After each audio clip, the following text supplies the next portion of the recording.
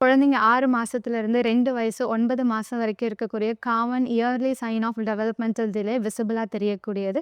இதில first one வந்துட்டு physical delay. So physical டிலேல வந்துட்டு ஒரு குழந்தை வந்துட்டு க்ராலிங்கா இருக்கட்டும், சிட்டிங், வாக்கிங் அல்லது ஃபைன் மோட்டார் ஆக்டிவிட்டீஸ் இல்ல கிராஸ் மோட்டார் ஆக்டிவிட்டீஸ்ல வந்துட்டு டிலேஸ் இருக்கலாம். செகண்ட் ஒன் வந்து speech and language delay.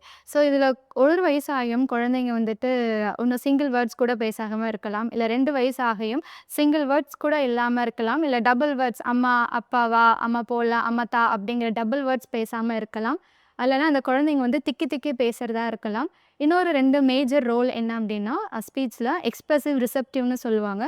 So expressive அப்படிங்கிறது வந்துட்டு ஒரு குழந்தை ஒரு ஆன்ஸர உள்வாங்கி வெளிய சொல்லக்கூடியது. ரிசெப்டிவ் அப்படிங்கிறது அந்த குழந்தை வந்து ஒரு கொஸ்டின் சொல்றோம் அப்படின்னா, அத உள்வாங்குறது. ஸோ அண்டர்ஸ்டாண்டிங் அப்படின்னு சொல்லுவாங்க. ஸோ இந்த மேஜரா இந்த 2 லாங்குவேஜ் ஏரியால வந்துட்டு குழந்தைங்க வந்து டிலே இருக்கலாம். தேர்ட் ஒன் வந்துட்டு எமோஷனல் அண்ட் சோஷியல் டிலே.